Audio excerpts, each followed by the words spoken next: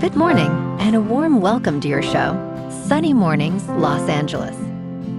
I'm your host, Melissa, and it's Wednesday, April 22nd. You'll be interested to know, today is Earth Day. Each year, communities worldwide celebrate Earth Day with peaceful gatherings, educational events, tree plantings, and joyful activities that honor our shared planet. It inspires caring actions, hopeful conversations, and lasting commitments to protect nature, support biodiversity, and foster a brighter, greener future for every generation. So now you know. And now, it's time for the Surf Report. This morning, it's looking clean with waves around 1 to 2 feet. Conditions stay clean until about 9 a.m. when the wind shifts on shore at 3 miles per hour. By noon, the waves pick up slightly to 2+ feet, but become choppy as the wind increases to 9 miles per hour. Expect the wind to stay onshore and continue to pick up through the afternoon. Best time to ride is at 7 a.m. with the 1 foot outgoing low tide when the southwest swell is 1 foot at 18 seconds, and the sideshore wind is 2 miles per hour. The first low tide on Wednesday will be -0.5 foot at 8:45 a.m., followed by a 3-foot high tide just before 4:30. The nearshore buoy at Santa Monica Pier reads 64 degrees for the water temperature. Conditions start off clean with waves at 2 to 3 feet on Thursday, but choppy conditions develop later in the day. Friday sees similar heights at 2+ feet, with clean conditions in the morning, turning choppy by afternoon. Saturday drops to 1 to 2 feet with choppy surf throughout, making Friday the better day to paddle out. This morning, it's sunny and it feels like 58 degrees, with 5 mile per hour wind. The sunset will take place at 7:30, and it will rise again tomorrow at 6:12. Looking ahead in the weather. Saturday will be mostly sunny with highs near 64 and a northeast breeze up to Skip. Sunday and Monday warm up with Sunday near 68 and Monday near 72, staying partly to mostly sunny with lows in the upper 40s to mid-50s. A slight chance of rain returns Tuesday afternoon into Tuesday night with highs near 71 and overnight lows around 57. Bonjour, food enthusiasts. This podcast is brought to you by Versailles Cafe and Pastries in Encinitas. Nestled on El Camino Real South, just north of Encinitas Boulevard, this cafe is a haven for culinary delights. Indulge in their amazing Eggs Benedict or their gluten-free crepes. You can grab a panini for lunch or just breeze on through to get your morning coffee. They are open every day from 8 to 5. So stop on by and don't forget to tell them Sunny Morning sent you.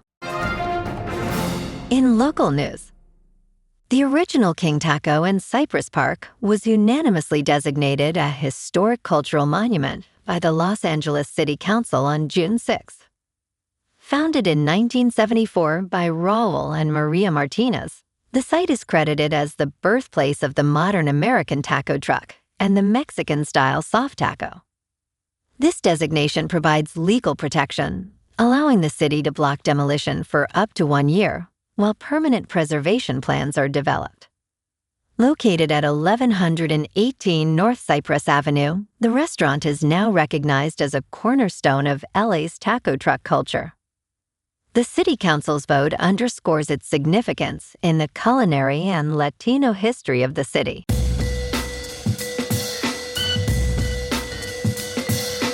Now on to sports.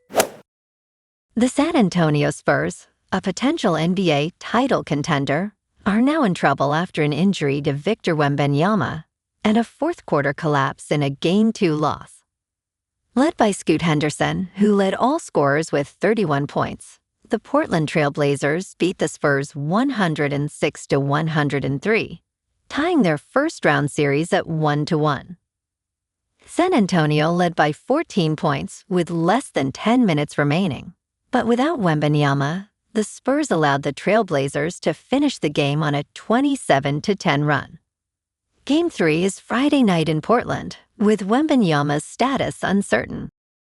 In local sports, the Lakers got some good injury news Wednesday. Austin Reaves has started one-on-one on-court work and could return later in the first round or early in the conference semifinals, though he'll need to progress through 3-on-3 and 5-on-5 drills first. Luka Doncic remains out indefinitely with a grade 2 hamstring strain and isn't expected back this round.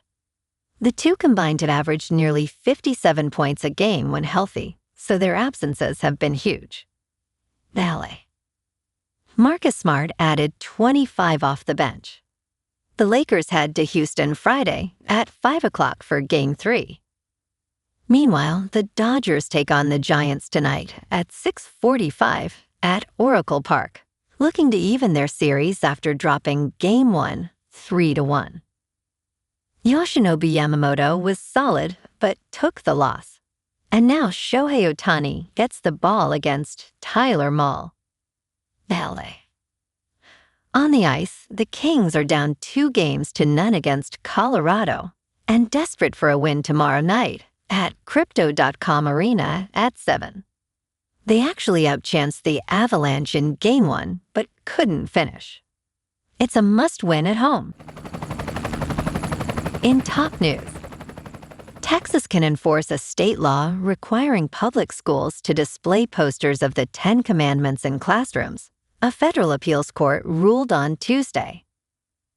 A majority of the Fifth U.S. Circuit Court of Appeals ruled in favor of Texas officials, concluding that the law does not establish an official state religion. The ruling stated it does not tell churches or synagogues or mosques what to believe or how to worship or whom to employ as priests, rabbis, or imams. The court heard arguments in January after 16 families sued over the law, alleging it promotes one interpretation of Christianity over others. All 17 active judges on the court listened to the case, alongside a similar challenge in Louisiana. In business news, T-Mobile is limiting a long-time perk it has advertised for years, despite facing elevated customer losses. This move is part of a broader series of changes to its customer perks and benefits in recent months. Shortly after T-Mobile appointed Srini Gopalan as its chief executive officer in November last year, it began notifying customers about the end of its Jump on-demand program in December. This program allowed customers to upgrade their phones every 30 days. Additionally, it will start charging a monthly fee of $3 for its Apple TV on Us perk, which have been free since 2021. This change went into effect on January 1st. In crypto movement, Bitcoin is up 2.5% to about $78,000. Ethereum is up 3% to about $2,000. And XRP is up 1% to $1.45. Moving on to a more local vibe. In our community spotlight on health and wellness, we are working with a national Pilates studio to bring you some free classes, so listen up. Check out Club Pilates, with several locations in the San Diego area. Pilates presents a comprehensive wellness approach, cultivating strength, reducing tension, and elevating mental well-being. Scientific research affirms its benefits. So now you can check out Club Pilates for a free class, with locations in Encinitas, Solana Beach, Oceanside, La Jolla, and more. Just be sure to tell them Sunny Morning sent you by. And now, back to the show. Let's talk tech. SpaceX has announced an unusual arrangement to potentially acquire the automated programming platform Cursor for $60 billion, or pay a fee of $10 billion. This acquisition could enhance xAI's tools to compete with market leaders like Anthropic. A report revealed that Sergey Brin directed Google's Strike team to accelerate its agentic AI tools, while Sam Altman declared a code red at OpenAI last year. The New York Times reported on the possible deal, which SpaceX confirmed via Twitter. Musk values his combined companies at $1 trillion, with reports indicating Cursor was raising funds recently. And in entertainment news, everything we know about Bridgerton Season 5 so far. As viewers retire the Cinderella slippers, they can look forward to Season 5 of Bridgerton, following Francesca and Michaela's love story. Production started on March 24th, 2026, with cameras now rolling. Francesca's chance at second love is explored in the sixth book of Julia Quinn's best-selling series, When He Was Wicked.